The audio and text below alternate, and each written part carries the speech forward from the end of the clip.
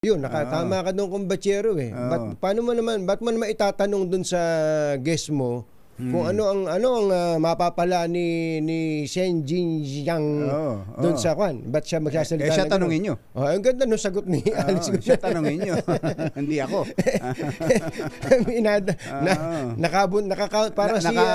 Nakapuntos eh. Parang si Juan Manuel Marquez yun, na-counter si Pacquiao eh. Ito tanungin natin. Si Congressman Ace Barbers, ang chairman ng Quadcom. Congressman Ace, magandang morning! Magandang umaga, Jerry. Magandang umaga, Anthony. At sa ating mga kababayan, magandang umaga po. Kung Ace, bago nga dito sa detalye ng hearing ninyo pangilang term mo na ulit? Ano na to? Pangalawang term, last term ko sa second round. Last time mo na. Kaya pala putok na putok ang balita na ikaw daw ang i-appoint na DILG Secretary kapalit ni Secretary Benhur Abalos. Totoo ba yun? Totoo ba yun? Totally, tayong tatlo lang naman to. Wala namang ibang nakikinig. Tapatin nyo nga kami. Kayo ba'y kinausap na? Alam mo, Anthony, Jerry, ako naman po, handa naman po ako mag-serbisyo kahit saan po nila ako ilagay. No? Kung kinakailangan ng ating serbisyo, ako ay basta makakatulong para sa bayan, wala akong problema sa atin. Actually, wala pa namang imbitasyon sa akin. Wala pang nagsabi sa inyo, Kong Ace, na isa kayo sa ikino-consider? Wala pa, Jerry and Anthony, wala pa. So, nagulat ka ba nung tinanong namin? Parang hindi ka naman nagulat eh. Marami na rin kasi nagtanong sa akin. Ang lagi ko ngang sinasabi na it will be an honor kung tayo mabibigyan ng pagkakataon. Pero talagang wala naman na nagsabi sa akin. And by the way, ang yung yumaong ama, si dating Senador Robert Bobby Barbers ay dating DILG Secretary din. Yes, tama. Bago siyang tumakbo ng senador, siya ay DILG Secretary. Parehong-pareho, Kong Ace, naalala ko pa to eh. Merong isang press con, may Friday press con dyan sa Mesulu Hotel eh. Tinanong namin, congressman pa lang si yung inyong tatay nun eh. Kung kayo po ba i-appoint ni Pangulong Ramos na maging secretary ng DILG, tatanggapin nyo? Ako naman handa ring magsilbi kung saan tayo ilalagay na kung saan tayo makakatulong. Pareho sagot ninyo eh. Parehong naalala ko pa eh. Alam, isang pribilehiyo kasi yung tawagin ka ng ating Pangulo para gawin isang katiwala sa mga ahensya na kanyang nasa ilalim ng kanyang opisina. Kaya ganun din ang aking masasabi kapag tayo na-imbita. Handa din naman po tayo tumulong, hindi po dahil sa isang tao kundi para po sa bayan. Yun, ayos. Mga sagot. Okay, puntahan natin dito itong Quadcom. Hindi ka ba nagulat, Kong Ace, dito sa biglang pagsulpot na ito ni Lieutenant Colonel Santi Mendoza? At paano ba ito napunta sa Quadcom hearing? Okay, kagaya ng ibang mga witnesses na iniharap namin sa Quadcom, Anthony, Jerry, isa sa mga requirements na hinihingi talaga namin, dahil marami po sila, di ba, nababanggit ko nung una na napakadami po na gusto magsalita. Ito po yung dinivet ng aming team. Meron po kaming legal team at isa sa mga requirements ng legal team sa kanila, kung sila gusto magsalita, dapat mag-execute sila ng isang affidavit o yung sinumpaang salaysay. So kapag ito yung na-comply, tinitingnan nila kung tama po ba ang kanilang sasabihin at ito ba ay nasa loob nung mga topic o yung subject na aming tinatalakay dito sa Quadcom. So ito, kagaya ni Santi, siya ay lumapit. Siya ay nagsabi na hirapan na raw po siya sa kanyang kalagayan. Siya ay nakukonsensya rin at nanganganib siya na baka siya ay mamatay o masakta ng kanyang pamilya. Kaya humingi siya ng tulong sa Quadcom. Siya nagkusa, Kong Ace? Yes. Siya mismo, personal na nagkusa at siya ang... Paano ho? So, lumiham ba? Tumawag ba sa Quad Committee? pumunta po siya sa opisina at lumapit po siya doon sa aming opisina na dala siya ng isang kaibigan din na taga Laguna, na kaibigan din ni Congressman Dan Fernandez. Yun nga, doon nagumpisa. Lumapit siya, gusto niyang humingi ng tulong. Nung una kasi, nung hindi namin pinapansin, dahil parang nung una ayaw pa niyang magsabi ng anong kinalaman dahil takot siya na alam niya na kapag siya ay meron admission against self-interest kasi tama. Kaya nung bandang huli nung naisip niya na siguro kinakailangan dahil nga daw sa kanya nakukonsensya siya naglakas loob na siya at sinabi niya na lahat ng katotohanan. Kaya nung sinabi niya sa amin yan, una namin ginawa ay sinabihan namin siya, kinakailangan mo magbigay ng isang sinumpaang salaysay para dyan ang aming basihan na hindi ka pinilit, hindi ka namin pinressure, hindi ka namin nakot para ikay magsalita. So nakukonsensya siya, yun ang sinabi niya. Hindi kaya Kong Ace dahil lang sa hindi natupad yung mga ipinangako sa kanya. Biruin nyo, na 2019 nung sinimulang planuhin yung pagpatay, major na siya noon, hanggang ngayon lieutenant colonel pa rin siya. Yung promotion man lang, 'di ba? Isa 'yun sa ipinangako sa kanya, yung pag-angat niya sa yung kanyang career. Ayon sa kanya, no, nung sinabihan siya ni Colonel Leonardo na merong ganyang classic operation at kailangan dahil ito ay involved, ang tao ay involved doon sa droga, sa war on drugs. Naisip niya kaagad na i-verify kung sino yung taong ito. Nung nakita niya kung sino ito, isang dating general sa PNP at isang malaking tao sa loob ng PCSO na sinabihan siya na merong involvement sa droga, and medyo natakot daw siya at sinabi niya na bakit to, pwede ho bang i-verify ko muna? Kung sinabi sa kanya na wag mo nang i-verify kasi na-verify na yan, gawin mo na ang plano, naisip naman po daw niya na kapag siya itumanggi, baka siya naman daw ang maipit at baka ang pamilya naman niya ang masaktan. Kaya sumunod na lang siya dahil upper class daw niya yung nag-utos. Kaya wala ho siyang magagawa, sabi niya. Upper class at kilalang mga malalapit sa dating Pangulo. Administrasyon. Yes, that's correct. Nung nagbibitaw ng ganyang mga mabibigat na aligasyon si Colonel Santi, tiningnan niyo ho ba kung anong naging reaksyon ng dalawa? Si Colonel Eduardo saka si Colonel Garma, si GM Garma? Kitang-kita sa kanilang reaksyon nung nagsasalita si Colonel Santi Mendoza na parang gulat, no?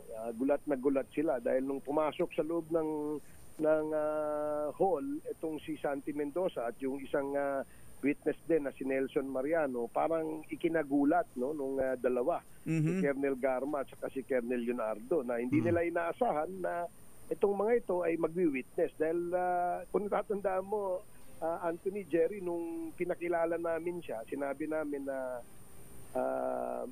tinanong muna namin na ano bang nangyari doon kay General Wesley Barayuga doon sa pagkakapatay sa kanya. Meron ba tayong investigasyon dyan? Meron bang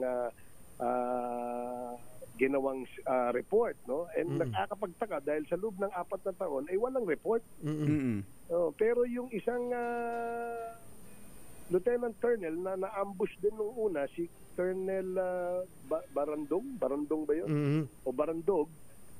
Nag-initiate kaagad si Garma ng isang investigation na wala namang kinalaman sa PCSO yun. So yun ang pinagtataka ng mga kasama natin. Kaya nung pumasok yung dalawang witnesses ay nagulat si Colonel Garma at saka si Colonel Leonardo. Pero yung pong meron po kasi nagme-message sa atin na tingin ko valid po itong observation na to na kung ganong kabigat ang aligasyon na isang tao na under oath pa, si Colonel Mendoza po yung tinutukoy natin, ang natural daw po niyang magiging reaksyon, sabi nitong nag-message sa akin, tatayo siya at sisigaw siya on top of my voice. Sasabihin ko, sinungaling ka! You are a liar. Pero hindi ba, kahit na mapagalitan ka pa nung Kongreso, gagawin mo ikayo kung ang inaakusa na sa iyo ikaw yung mastermind sa pagpatay ng kabaro. Hindi ba? Tama. Yun nga ang akala naming magiging reaksyon ng dalawa, pero parang nakita natin na medyo nagulat at medyo cool na cool, no? Ika nga, parang kalmado ang dalawa, no? It's as if na meron silang alam na pangdepensa doon sa mga sinabi ng mga witnesses. Pero sa kwento ho nung Colonel Mendoza, ano sa pagkakaalam niya, bakit? Ba't kailangan patayin si General Barayuga? Actually, nung tinatanong namin si Santi Mendoza tungkol dyan na kung ano ba yung dahilan, ang pinilit daw pong sabihin sa kanya na itong general na ito ay involved daw sa drugs. Sa drugs, no? At isang malaking, ang tawag nila high value target. So, kaya yun ang kanyang pagkakaalam, no? Binigyan siya ng synopsis, binigyan siya ng mga litrato, binigyan siya ng mga involvement daw dito sa illegal drugs ni General Barayuga. Kaya dahil nga po nung kasagsagan ng war on drugs, halos lahat po ng mga membro ng Philippine National Police ay talagang medyo medyo ginanahan, no, nung war on drugs, at lahat po ng mga operator nila o mga operatiba sa PNP kapag ka nabibigyan ng assignment talaga namang ginaganahan with gusto kung gawin nila yung order. So ito po, doon po sa mga hindi nakasubaybay sa mismong hearing, ano daw po ang nung nai-execute na po yung order, yung pong trabaho, ano po ang napala ni Colonel Mendoza? Yun nga, no? Yun nga kanina kasi lumapit siya, alam niya na kailangan niyang umamin sa kanyang pagkakaugnay doon sa pagpatay, no? Alam niya na makakasuhan siya bilang isang conspirator dito sa murder na nangyari, at alam niya na siya ay makukulong, no? Kaya nga meron siyang talagang ang kanyang dahilan ay nakukonsensya siya, mukhang kapani-paniwala, no? At kaya binigyan namin ng pansin yung kanyang sumbong. Admission against self-interest, isang pinakamabigat na gawin yun. Hindi po yun dapat baliwalain. Hindi, ang tanong ko po, meron ba siyang binigyan ba siya ng pera doon pagkatapos nilang magawa yung trabaho? Yes, oo. Doon sa plano, sinabihan siya na kapag ka na-execute ay may 300,000 na ibabayad sa kanya. Kaya nabigay yung perang yon. Nung binigay yun, kinuhaan nung Nelson ng 60,000 at yung 40,000 binigay kay Colonel Santi Mendoza at yung 200,000 dun sa gunman. Doon sa gunman na mismo. Loloy. Oo. Isip mo, 300,000 ang buhay ng isang tao, tapos siya pala mismo ang nakuha lang niya doon ay 40,000. 40,000 lang ang nakuha ni Colonel Mendoza, 60,000 doon kay Nelson. Magrereklamo nga ako kung ako rin yan. Tapos hanggang ngayon Lieutenant Elticol pa rin. Tapos ano po bang naging status nung kaso ni General Barayuga na yon? Kung lang ba yan naging statistic lang ba siya o naging unsolved case lang? Well, naging unsolved case lang ito.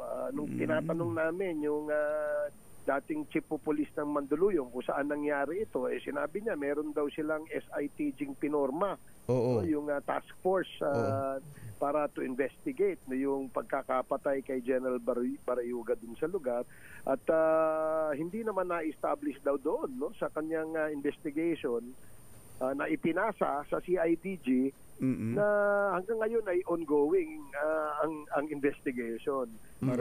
Kaya nga ang pamilya ni General Barayuga ay sumulat, no, sa nagpahayag ng kanilang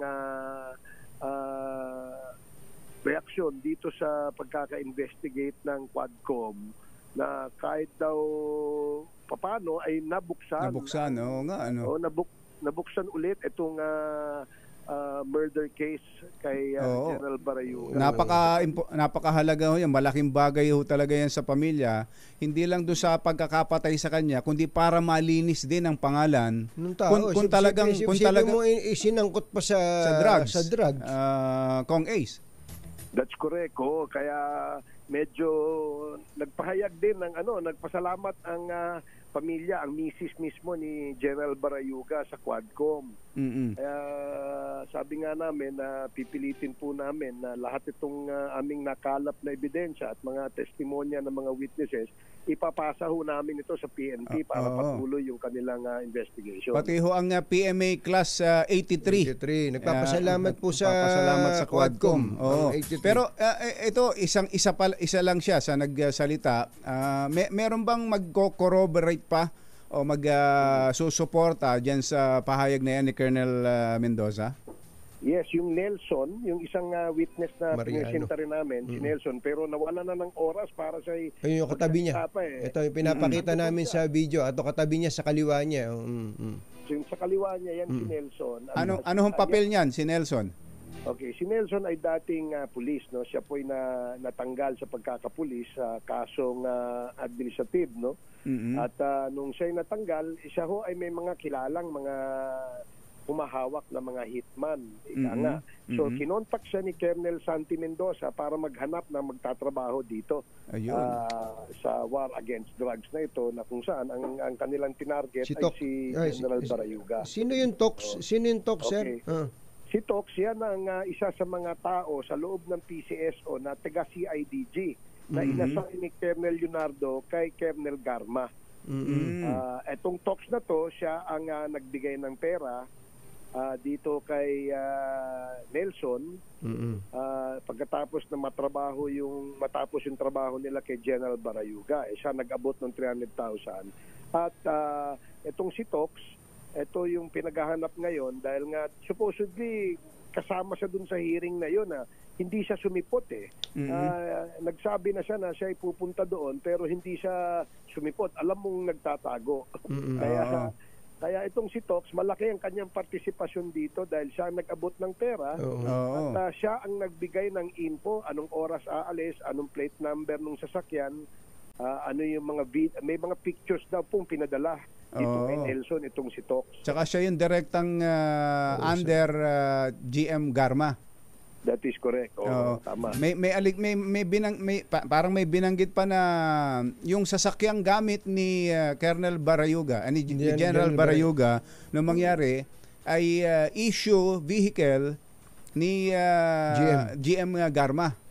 Tama, kasi nahirapan, according to Santi Mendoza, nagre-report daw sa kanila yung hitman na hindi daw nila ma-implement yung pagkaka-assassinate dito kay General Barayuga kasi nga ang hirap niyang mahuli daw dahil naglalakad, minsan sumasakay sa public na transport, minsan sa taxi, sa Grab, ayaw daw magtrabaho ng hitman kung merong madadamay.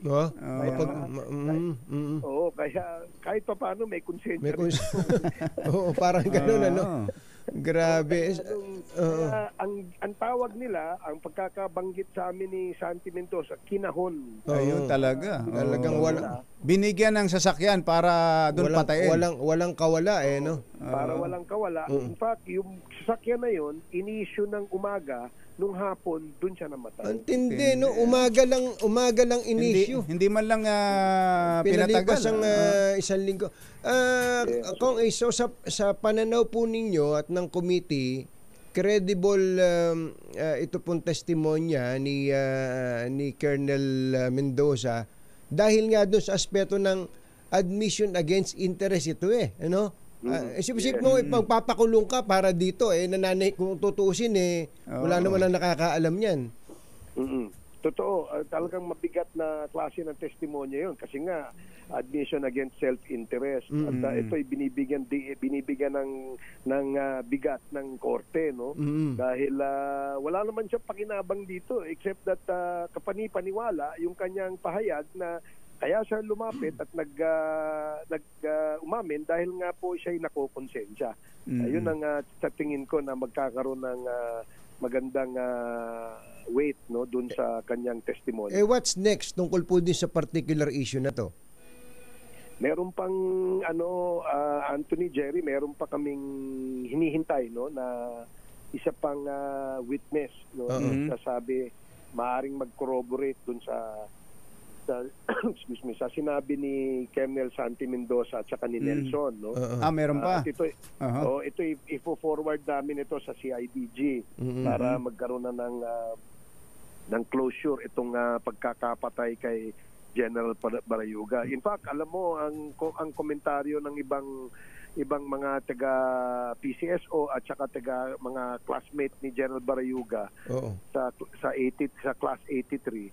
Sabi nila napakasimpleng tao. Ito nga pag pumapasok daw sa opisina, doon kumakain, may sariling baon, wala nga pong sasakyan.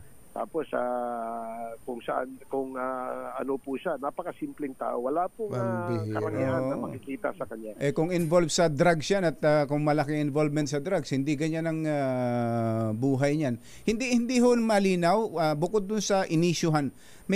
Kung inisyuhan lang ng issue ng drugs, yung tunay na dahilan, na-establish ba yon, Kong? Hanggang ngayon, yun ang mukhang yun ang bibigyan ng tuon ng CIDG dun sa kanilang investigation para magkaroon na rin talaga daw ng closure itong pagkakapatay kay General Barayuga. Ano pong gagawin ninyo? Hindi ba i-witness protection tong si Mendoza doon sa ginawa niya na yan na whistleblower siya? Although dapat makasuhan siya diyan, kasama siya sa kakasuhan, and eventually magiging state witness. Ganun ba magiging eksena diyan, Kong Ace? Pinag-aaralan pa ngayon ng DOJ, no, kung ano yung kanilang pwedeng magawa dito sa pagkakaamin ni Colonel Mendoza.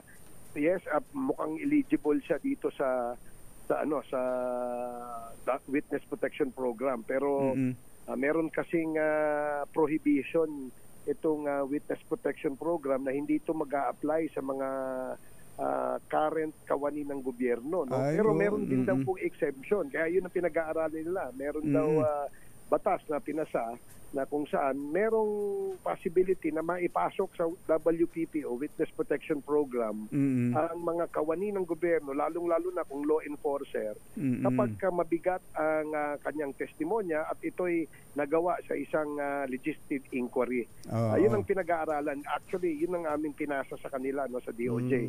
Nasa kamay na po ng DOJ yung pag-aaral dyan sa kalagayan ni Colonel Santi Mendoza. Okay. Maraming salamat po, Secretary. Secretary. At sana bago kayo mailagay na DILG Secretary, ay kung maaari lang, ay mag-iwan kayo ng isang mensahe sa mga members ng Quadcom na pag magtatanong, yung mga naitanong lang alam na namin lahat, wag na ulit-ulitin at nakakainis na. Pwede nyo bang hingin ng mga itatanong nila, cross out nyo yung mga hindi na dapat? Yung paulit-ulit. Tama, alam mo, yan ang talagang problema natin sa Kongreso kahit na noon pa Kapag naimbitahan, talagang hindi maiwasan kasi yung iba ay darating na late. Ayun. Yung iba hindi napakinggan kung ano yung natanong. Hindi, kung okay lang sana kung mga bagong impormasyon na naitanong nung nauna, pero yung ang tagal ng mga alam na ng lahat, alam na ng bata. Ikaw ba si Alice Go? Itatanong pa. Ikaw ba si Go Wapping? Huwag na sanang ganon. Sino si Lin Wenyi? Inuumaga tuloy kayo. Record-breaking 13 hours. Kong Ace, thank you. Thank you, salamat po. Jerry and Anthony, more power sa inyo. Thank you Congressman Ace Barbers, Chairman ng Quad Committee. Mga nangunguna